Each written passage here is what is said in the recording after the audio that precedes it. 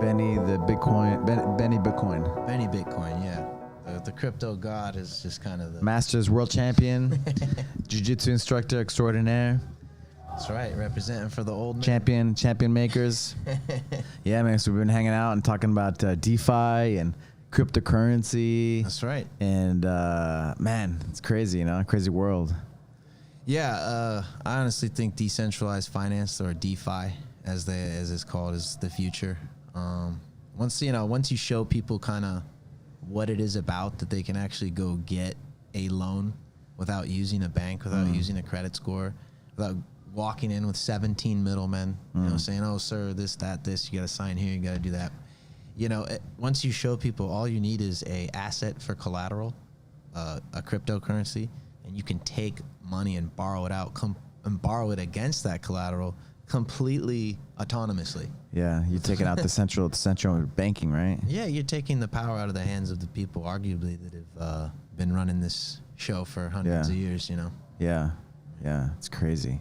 Yeah, it's interesting, and you know, I've helped a lot of people because it's a newer kind of thing. You're one of the people I've helped.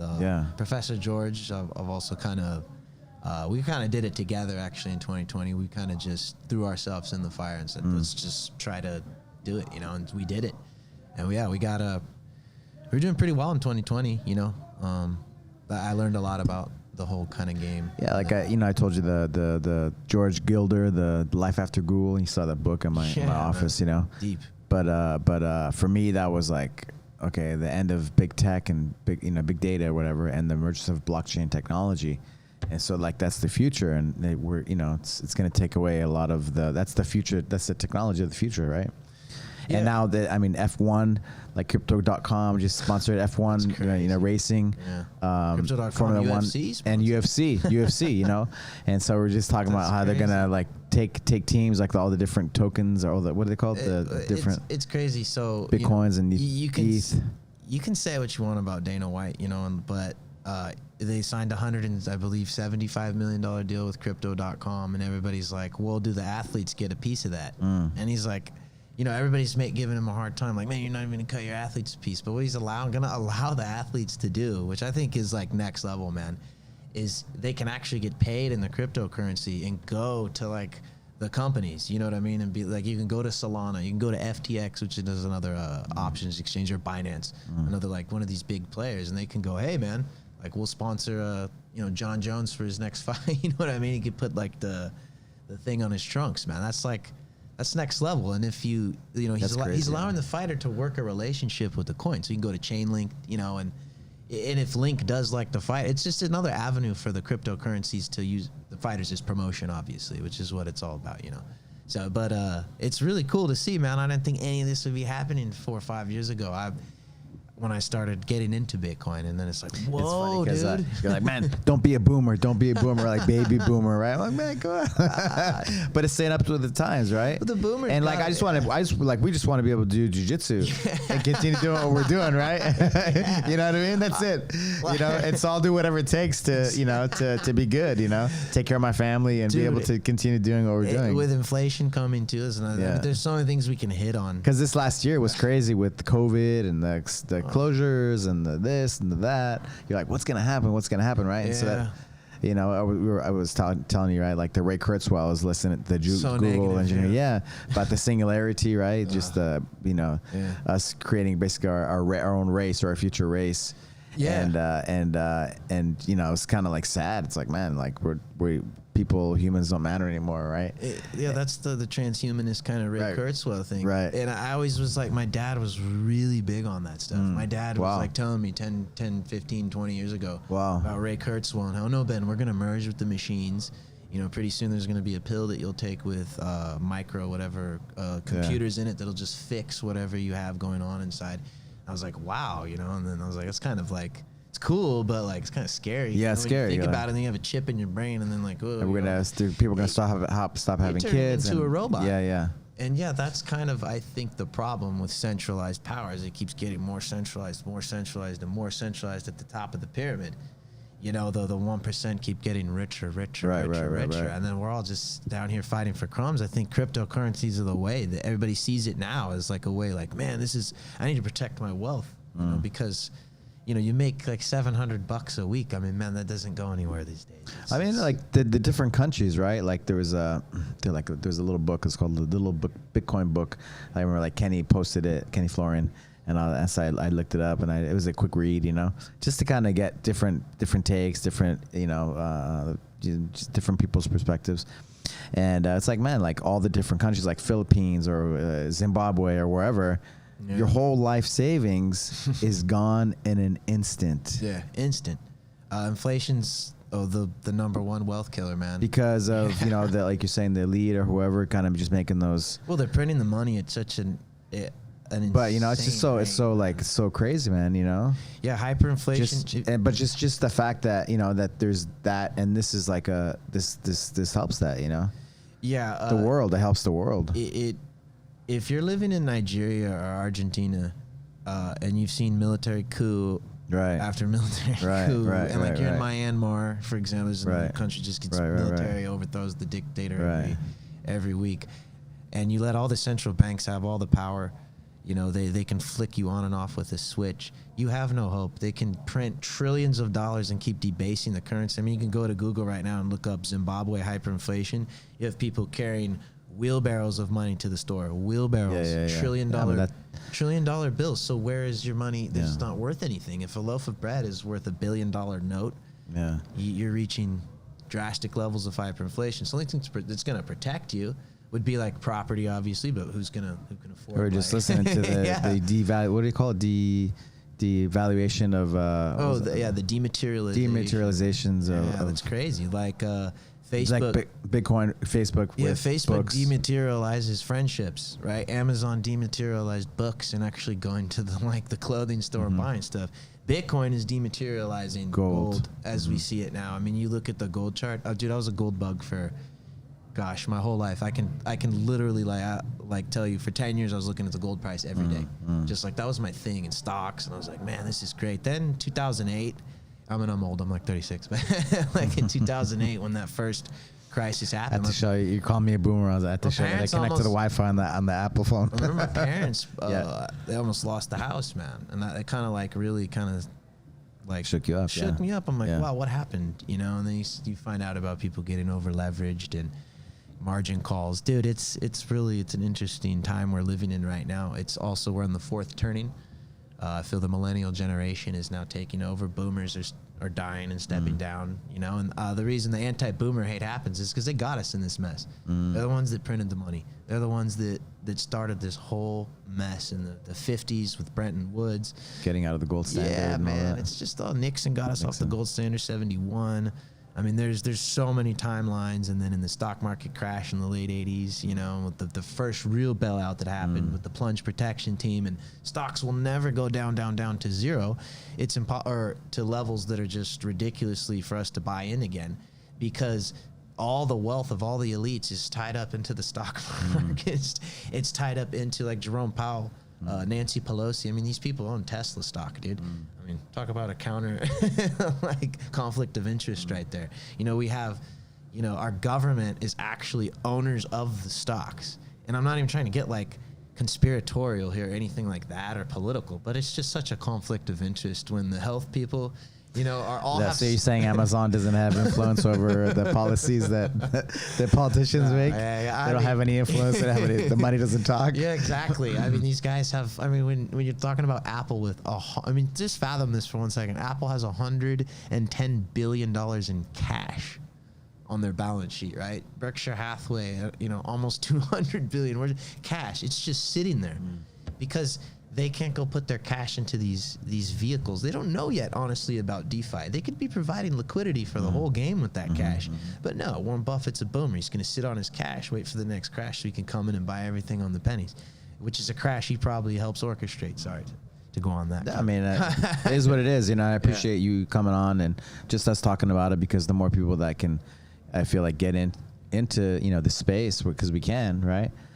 Is going to help us, and I want everybody, all the listeners, all our students, I want everybody to be doing well, and it's not like you have to go crazy. You can just, super responsible, little, and then when these things do happen, I feel people look at Bitcoin now and they're like, I'm priced out. How am I going to afford a whole Bitcoin for $32,000 as we speak right now? Okay. And they don't understand about Satoshis, the decimals after the Bitcoin. That's kind of a gray area. I mean, there's just well, like there's a whole Bitcoin. Right. There's the whole piece of a pie, a circle, a whole Bitcoin. But that Bitcoin can be sliced and diced into Satoshis, right? Yeah, 8 places after the decimal to the right. So you could be like 0.1150000 of a Bitcoin. So basically it's a percentage. So it's like that. So if you have like 0.25 of one Bitcoin, you know what I mean? And you have like 25% of a Bitcoin basically. So that's how you do the maths. But it's like, so then you're 25%,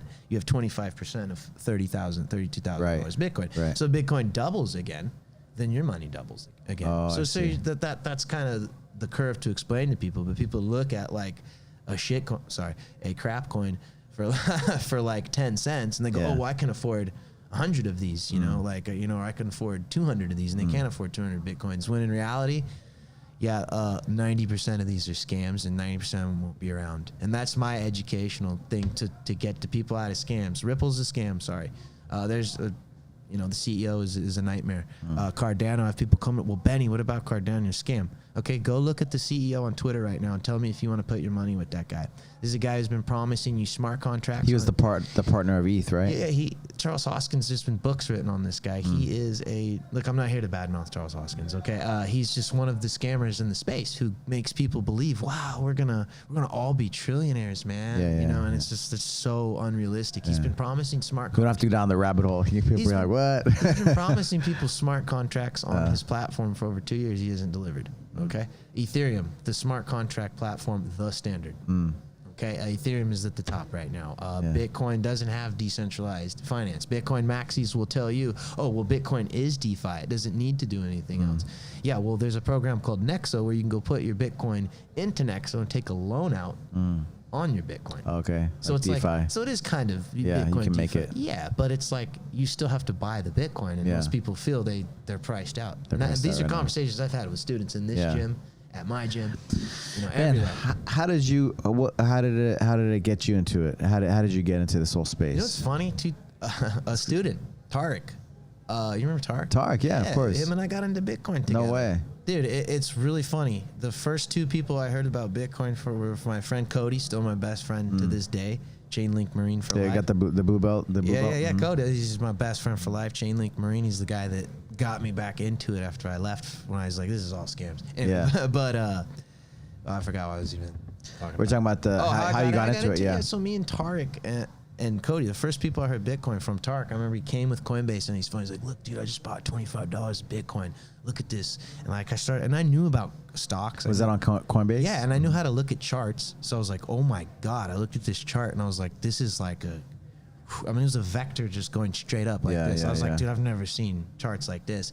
And I started getting into it. Of course, it's at the top of the market. It's at $17,000. It capped out at $19,000. So I got in at the top like everybody. And I was like, yeah, dude, this thing's going to go to 200,000 and be so rich. So I started putting the money I had even back then, like 2,000, nothing big, just a couple thousand here and there.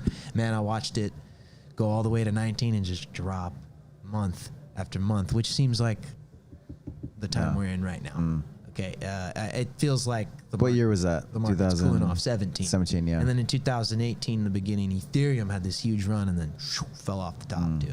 So people try to look for these connections, like, well, the same thing's going to happen now, and then Bitcoin's going to drop, and it never happens the same way twice. So that's how I got into it, was with Tariq, and then I just started. But why did you continue with it? I continued with it because I realized, man, like a guy I listened to, Max Kaiser, started breaking down all this scams in the stock market, and how, like, dude, you're not going to be wealthy playing stocks unless you got a couple $1 million. And then at that point, it's like, you got to learn how to trade options too, and it's gambling. Let's be honest. Which I learned. I did my first option trade this week. Thank you. Yeah. Which not only that, it's not just a regular options trade. It's a Bitcoin options trade, the most risky. On a scale of 1 to 10, made $5. On a scale of 1 to 10, a Bitcoin option is probably the risk to 10. I mean, it's so risky. Just you're gambling basically and guess. Is the price gonna You know, I think we just blew off the top. But my interest kept from Max and the scams. I was like, man, maybe I should get into this crypto thing. And my buddy Cody, we got involved in scams. Tron. This is what I mean. I got involved in literal scams. Tron, it's in my opinion. You can go do your own research, of course. But Tron's a scam. I got involved in a Won chain, another blockchain. You know, me and my friend were like, oh, this is gonna. I had the shirts. Won chain shirt, Tron shirt. Dude, Won chain. Won chain, dude. WAN chain, bro. It's embarrassing. This is 2018. Wow. I lost so much money. Wow. And my friend Cody, the guy you met that got the blue and I got my brown. Yeah. He he just stayed to it. You know, he's like, dude, I don't know what. I got nothing else, man. He's a bartender. Okay. I'm not here to tell you his story, but it's a great story. His story. He got canned from the bar. And his chips are down. Takes his 401k. Some of the I'm saying some of the worst things, like the thing, the Napoleon Hill. Yeah. You know, like sometimes the lowest moments, right? Is there the equivalent of the other things. And he's just like, I believe in this crypto thing. I know I can find something that has value. So he gets into Chainlink, and the rest he tells me about it like a year later, and then the rest is history, man. The crash happened in the COVID, the crash happened. Bitcoin went all the way down to 3,000. All these prices fell to like almost. I mean, you can look at the charts, man. You had things going down to like Chainlink went down to $1. It's like $3. Right. I mean, all these opportunities to just buy. That's when I really got believed. in. Yeah. And then I was like, all right. I was like, that's it. I sold everything, bro. Telling you, everything. Sold my Berkey water filters, dude. Like I'm talking. It was like a $400 system. Yeah. Yeah, it's nothing, but it got me $400 of Bitcoin when Bitcoin was $8,000, $9,000 range. So then I just kept, all right, what else can I sell to buy? But I started selling everything. Sold everything in my apartment, like everything. Asked Professor George. I was on OfferUp every day, like, hey, dude, can I sell like this from that? He's like, yeah, go ahead, man. Yeah, I mean everything. So before, my whole goal was to have one coin, and I got to one coin just by literally liquidating everything in my life. Congrats, man. That was my goal. I wanted one Bitcoin because I said, hey, if it goes to $1 million, I have $1 million. Congrats, all. You know, we just did a Brian Rose a chorus, right? Or you just watched? Yeah, you watched. I'm doing it, and you just you were here. And like you were saying, this is an MIT graduate, right? Traded at New York Stock Exchange on the floor. Chicago, like London, right? Brian Rose has one of. I've been watching him for like 6-7 years. He's got one. He had before he got deplatformed. No, he's still around. Yeah, okay. I mean, he's on his own. Well, he created his own platform. Yeah, exactly. Because he was banned from YouTube because he had some controversial interview that David Icke or whatever they didn't agree with. But I think he came back. He's back. Okay, yeah. I mean, but the point is, I used to watch him all the time, and to see him go from like, you know, stock market, right. You know, traditional finance, to realizing when he interviews guys like Tika, you know, it shows he's interested now. Like, wait a second, there's something dramatically wrong with our system right now. And I think it's cool to see Brian make the switch of like, oh, dang, like, dude, there's something here with DeFi. There's something here with crypto, you know, and even Michael Saylor was anti-Bitcoin for, I think he says like 7-8 years until he finally just said, all right, that's it in 2020. You know, and he pulled the trigger. Now Michael Saylor owns like over 100,000 Bitcoin. You know, he's one of the most successful investors too. It's just funny to see these two traditional finance guys realize, dude, the Federal Reserve has, they've done a lot of bad stuff in the past. 13 years. I have another book called The Everything Bubble. Yeah, and it just kind of goes over the history of, you know, like kind of like money in the dollar and things like that, and back over 100 years ago, and you know, just the Fed creation and just the 80s and 90s, all the stuff you mentioned, you know, and it's like, because I was like, what's going on here, right? With all the COVID, and, you know, we're talking about the politics, like with Amazon, like, you know, they're not going to have influence over the policies, the mask mandates and all those things. Yeah, exactly. And, you know, I'm not saying it's, I don't know, right? I don't know, but, you know. We know money talks. We know you that. know, like, it went from let's look at the numbers, right? Amazon went from 1 trillion to 3 trillion in 6 months of the pandemic. Yeah, insane. So why would we stop the pandemic, right? Yeah, exactly. Not that I'm not saying I don't know, but you know, let's just look at the numbers, you know. So if they have influence over when you look at all the policymakers, the big tech guys, the big four, right? Google, Apple, Amazon, and Facebook, right? Just look at the CEOs and their wealth. in 2020. It tripled and doubled, bro. So there's something going on here.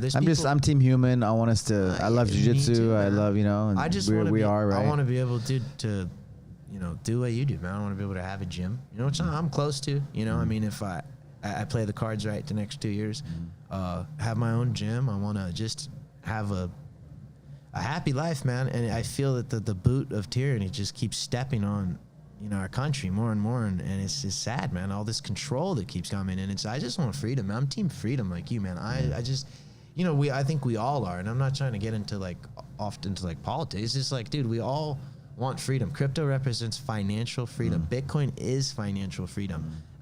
They can talk about banning it. I've been hearing that for the past they just banned it in China, years. right? Yeah, but guess what? That's good for the US of A. You know what I mean? Because we're not.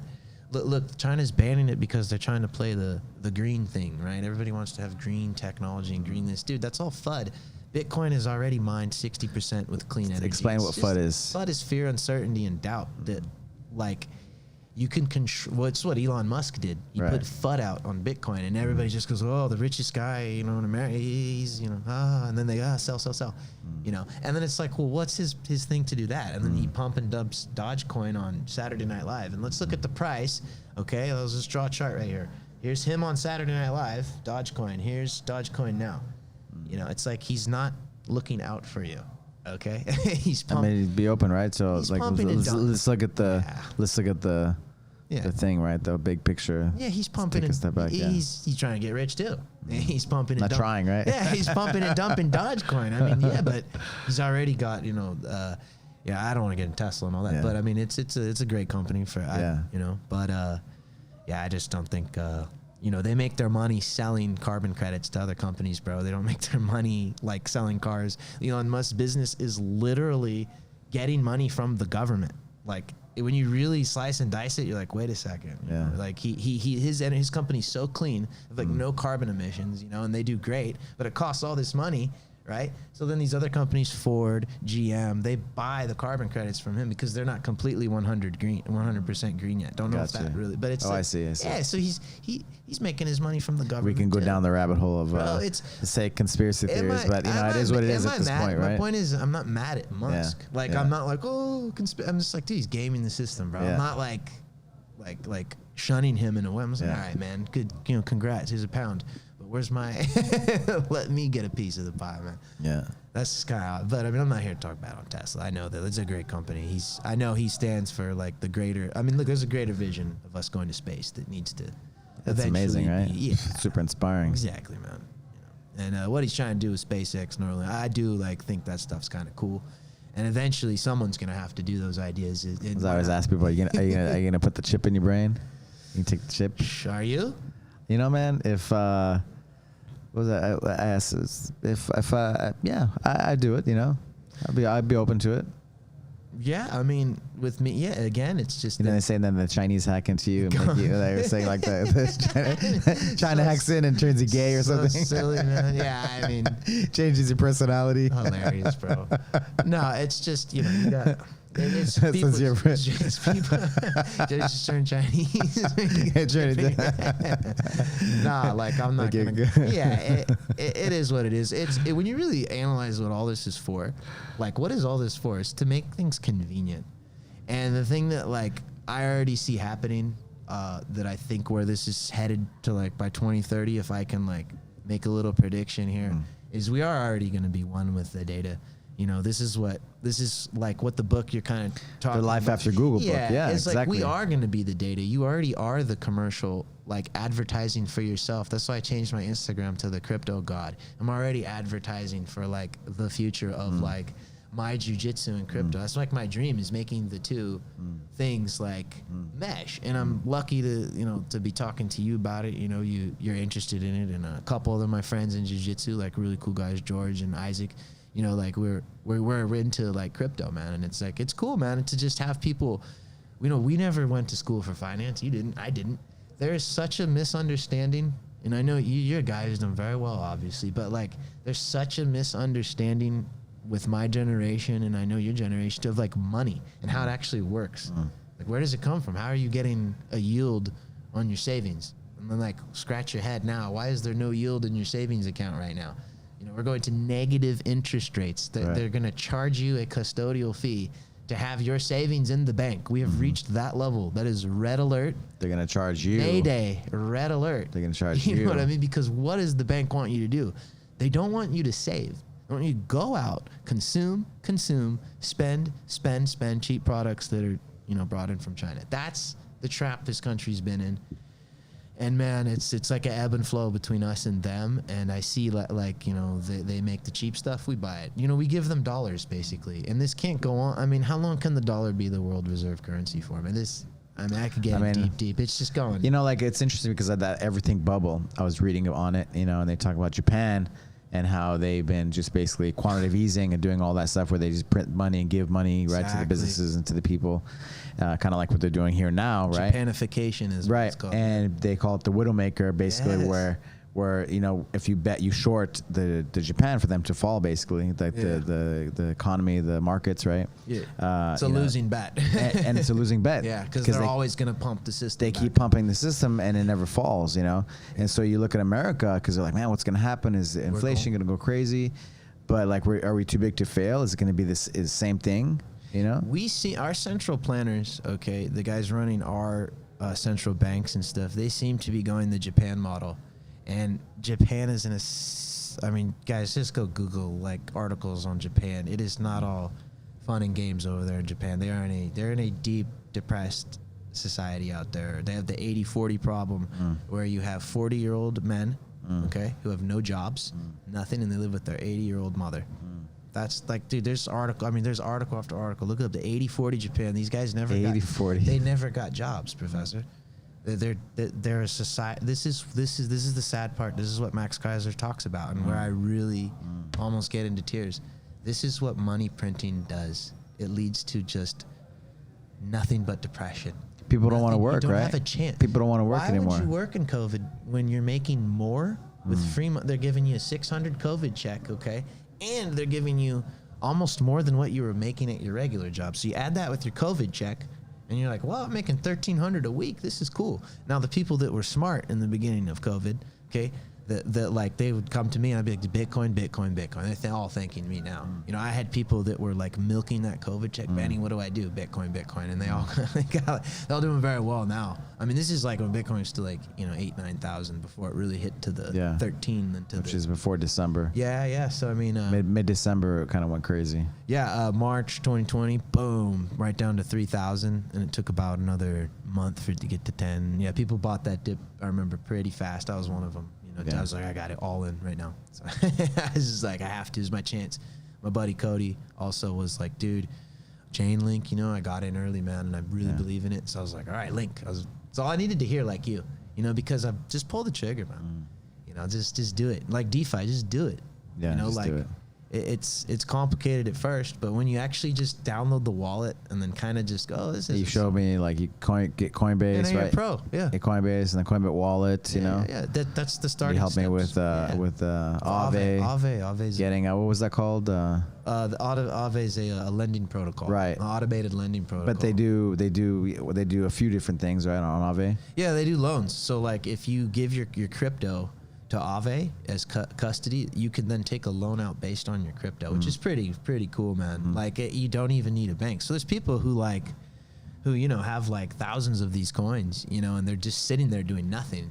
That's kind of the boomer way of doing it. It's I bought 6,000 Stellar Lumens. Yeah, man, I can't wait till they go to $5. And it's wow, man, while you're sitting there waiting for it to go to $5, you could be putting this into places and doing things like Aave, taking a loan out and then maybe buying more, or yield farming, and then explain yield farming.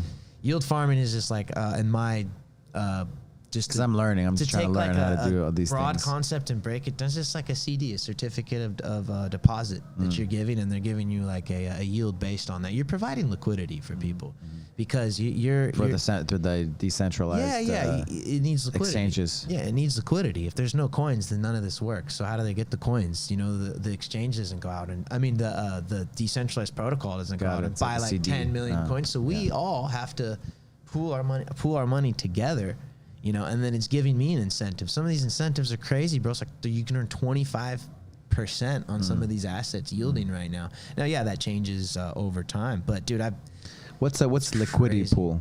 How does that work? Well, liquidity pool is various providers of money or coins, whatever it may be, the product, whatever it is. Let's just call it, to keep it simple, crypto. We all pool our coins together, okay, in a giant money market. It's a money market, kind of the same concept, okay? So then we're allowing people to borrow from this giant pool, okay? Well, how do you make money? Well, it's going to cost that guy fees. When he borrows, okay, it's going to cost these people fees. So all you people pooling your crypto together are making money off of the fees that are generated within the protocol, and it's distributed based on, you know, your stake, your skin in the game. So if you have like, you know, $2-3 million worth of coins in there, you could be yielding a lot of money on through fees. So it's really, even Bitcoin is a fee generated business. It's really fees still. You know, Bitcoin is, the miners are creating the coins as it happens, as they're mining and improving transactions, but they're also getting fees. So it's a fee-driven game. Your incentive to put the liquidity in there is, well, what am I going to get out of it? Well, the guy borrows my coins and I never see him again? No. You're getting a percentage of some of the fees. And not only that, when you get a percentage of some of the fees, they're paying you in crypto.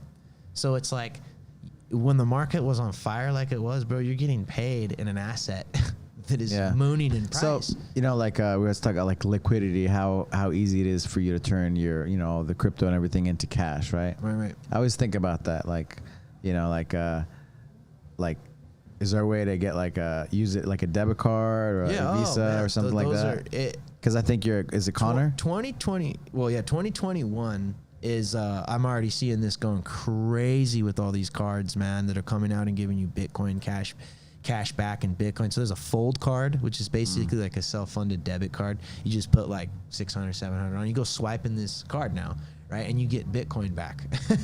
So like they're giving you Bitcoin back, like 5%. What I mean is like, you know, but like for example, you have an ATM card. Yeah, sure. You know, a debit card, and you go to the store and you want to buy,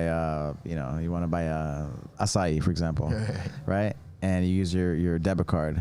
Okay. Like, how do you do that with the like crypto and stuff? Well, you can do it with Crypto.com, also the UFC sponsor. Crypto.com has a Crypto.com card. So when I swipe my debit, right, like it connects your accounts, your Aave accounts, or wherever you have the funds. You still have to connect like a traditional card. You still have to connect your bank to it, right? But or fund it, whatever. However you put $500 on the card, you put whatever.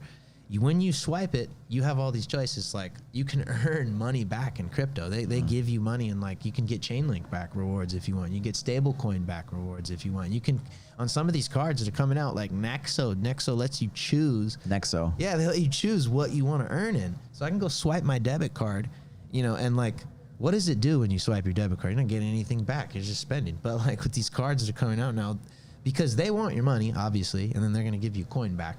So, you know, as your incentive to spend with them, basically. The game is so new, Professor. This is all like brand new concepts. They're barely even a year and a half old. So it's like really exciting to even talk about. It's like, right, even talking about it, but it's like, you're always like, man, you talk about the big hitters, right? The elite guys, like, how are they getting involved with it? How are they protecting themselves? Yeah. Well, dude, in my opinion, I mean, when you look at like the charts and blockchains and what the heavy hitters, they're going in hard right now. Like an example is this guy, Justin. Like JP Morgan is in it, you know? Well, they're starting their own blockchain and their own stable coin. But actually, funny you say that, Aave, okay, the protocol that we're using to lend, this is crazy. This literally just happened like weeks ago. They started this Aave Pro. Okay, now Aave Pro is for institutional investors, whales, bro. So then they can now play the game, the DeFi game, with like their own little Aave Pro system. So they're not like in with the peasants, so to speak. But like, now, my point is, now traditional finance is now coming the DeFi way. I would never have thought. They're bending the knee, bro. Like JP Morgan's bending the knee to Aave. I would have, if you told me that in the beginning of 2020, I would have been like, yeah, right. Unbelievable stuff that is happening. It's interesting, just to see what's going to happen. The owner of, the CEO of the Tron coin, gosh, man, I don't even want to talk about this guy, but Justin Sun, just look him up, bro. He's one of the most, there's no in between with this guy. You either love him or you hate him. Okay. Justin Sun's a very smart guy. He's a genius, arguably. He paid $1 million to sit down for the lunch with Warren Buffett. Like, so he's like, He's big in the crypto space. Okay, so he's a billionaire.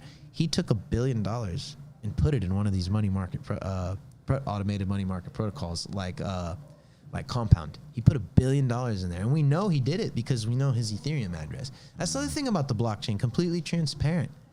You know what I mean? Everybody can see everybody's yeah, and you say, well, I don't want, but dude, it's actions. Yeah, but it keeps everything honest, and it's not like I see where that money it's hard to explain, but he deposited $1 billion into Compound. And that's crazy. I remember that was like a big thing. Like, wow, Justin Sun is providing liquidity of $1 billion of his own money to the game. And that kind of was like, whoa, I kind of liked him after that. But I lost a lot of money putting my money with that guy. Tron Coin, guys, no. Stop. Yeah. Blockchain is the future. Blockchain technology is the future. We have no idea even how it's going to be probably utilized in all the different ways. It's so new, and I seem like I know more than your average guy. Right. You know what I mean? Right. There's people 10 times. And I'm on crypto Twitter every day. The George Gilder, the Life After Google. And like when you read his book, the life. He's saying we're not gonna. We're gonna merge with technology, basically. There's always gonna be a human element, no matter what happens. Sure. So that was cool. Yeah, but Ray Kurzweil was like, "There's no human element. You're just gonna walk around like they're like robots. We're gonna create robots." And that always scared me. That's so scary. I was like, Dad, I don't want that. That's yeah. And he was into it. Right? I was like, man, I stopped watching it. No, it's scary. Maybe like 5-6 years ago, I was looking at AI stuff. And he talks with his little accent. Yeah, I was like, man, I stopped watching it because it was making me sad. Like you don't feel like, man, nothing matters anymore, right? Yeah, there's a lot of I remember, my dad always watching Kurzweil. He's fascinated. My dad. It's interesting, right? It's fascinated with where this was all headed. But it's cool to it's just cool to see this ecosystem, like the DeFi and the brand new the blockchain and all these things. There's like maybe one student at my gym doing it. I don't know how many students here are doing it, but it's I got a couple that I've talked to. But the more people start doing it, it's gonna be pretty cool, man. I'd say just jump in, get skin in the game, and have fun. But we haven't really got delved into blockchains and what it is and all that. But we'll hang out. We'll talk again. Even Ethereum is just. I'm so exasperated with Ethereum, bro. It's enough with decentralized. There's always an update. There's always a thing. There's always a selling thing. NFTs, and it's it's just so many. They need us. It seems to me they need something to sell it every couple of years as a new narrative. That's my opinion. But I've been looking into other blockchains. I like Phantom, FTM. You're talking about fees of a cent. To make a trade, guys. To make a trade on Ethereum, I'll never forget. I was taking a loan out on Aave. I was taking a $3,000 loan out. That's not much on my Chainlink. I was taking a loan out. It cost me $1,000 to take that loan out on Ethereum. So it's wait a second. That's when people start going, dude, I'm not paying $1,000 to take out $3,000. Do you know what I mean? Yeah. So the thing with Ethereum is these miners are running a racket, bro. The fee game, and dude. They're gonna come out with Ethereum too, right? Try to update the Ethereum. This will make it to 100 Ethereum maxi. So all debate me for of course they will, because here's the bottom line: crypto sports teams now. Okay. The Bitcoin is the Yankees. Ethereum is the Red Sox. Okay, everything else is just kind of coming up and trying to compete with them. Okay, and you got your Bitcoin maxis. Oh, Ethereum's trash. You got your Ethereum. Oh, Bitcoin sucks, man. It doesn't even do anything. Boomer coin. That's why you always hear that oh, dude, it doesn't even do anything. You can't even DeFi with it. And it's now you look at Ethereum. Okay. Here we sit. The minor fees. Yeah, I feel that now that the fees are, of course we blew off the top. Bitcoin's 64, now we're sitting at 32. Okay, that's a 50% blow off the top, dude. That's a serious drop. Okay, that's not a dip. Okay, that's called a blow off the top. Do I think we're gonna go back up with DeFi summer and hit 64,000 Bitcoin again anytime soon? Dude, they might pump it back up and then pull the rug right on us right again. The destiny for Bitcoin is the long term to get to 100,000 to 200,000. That's the end game. When it gets there, I don't know. But I've just been doing the same thing I've been doing for a year, buying $50 of Bitcoin every single week. Some weeks $100. I always buy Bitcoin every week. I've been doing that religiously, and it just adds up. I don't even look at the price. Yeah. Well. And DeFi is DeFi. But dude, the point is, all these blockchains are coming up now to compete with Ethereum because the fees are just so out of control. You know, it's ridiculous. Make a swap on Uniswap for a couple $100 of some tokens, and you're paying $30. It doesn't make sense. Yeah. And that turns off your average person. Well, respect, man, for your discipline. You know, it's really cool to see it translate from jiu-jitsu to the training and studying to, you know, this, right? Yeah, to man. the crypto space. My goal is to bring crypto and jitsu together. I want to get. I mean, you are. Right? Well, I want to get. Well, now it's just. And the funny thing is, I manifested this like a year ago. I manifested being on here. I was like, man. I could probably be on this podcast, but I got nothing to talk about. Do you know what I mean, dude? I'm telling you, it's all the power of like. I mean, our biggest opponents is right between our ears, right? And I know it is because, dude, the one thing I love about you, and I mean, everybody, if anybody has made it this far, is like your freaking tunnel vision, bro. Because your jiu-jitsu is just the same. It's just like, I'm not letting go of this, you know, and it's just this methodical, slow grind pressure, you know, and it's like the same way with like how you are. I mean, you just jumped into this, dude. You're paying for Brian Rose courses now. I come in here, you're like taking notes and stuff. Dude, that's what I always respected about you. And that is, in my opinion, trait of successful people, not like somebody who's just like, you know, that's a successful trait that you have, you know, and I look at that and I'm like, man, that's how you got to work. You know, this guy's doing TackFit. He's running this business. He's doing this on the side too. He's all in. That's what I want to have, you know? And so I look at you for my motivation. Seriously. It's like people who are working hard and like doing more. And then meanwhile, I'm just the guy doing DeFi and teaching kids. I could be doing That's what it's about, man. I could be doing so much more. I love it. Yeah, I love it. Speaking of kids, what's up, McKenna Kotang? Had to say that. Yeah. How can people find you? You can find me on Instagram. Yeah, Benny the Crypto God. Yeah, you'll find me if you. It's a Bitcoin logo. Yeah, that's Bitcoin for life, man. I'm not a maxi though, dude. Don't get all attached to these coins. Okay, like they can all dump to zero pretty soon. I can watch Ethereum go back to 1,000 pretty soon, guys. Yeah. And then you go, oh no, how? Because I've seen it happen. I've seen it happen. Thanks, brother. Thank you, Professor.